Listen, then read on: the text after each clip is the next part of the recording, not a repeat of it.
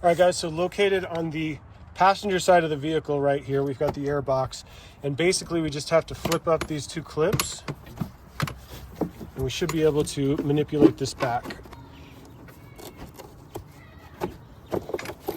And as you can see, yeah, our filter is really dirty.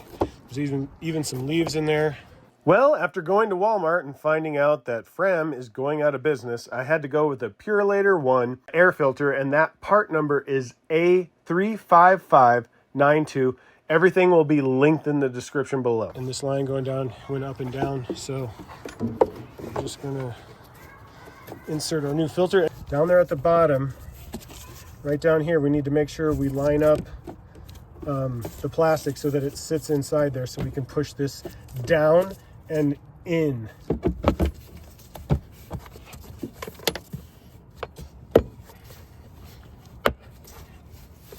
Okay, and our filter's in.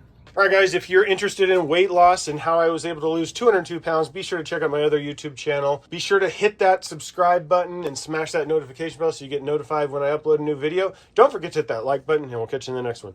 Peace.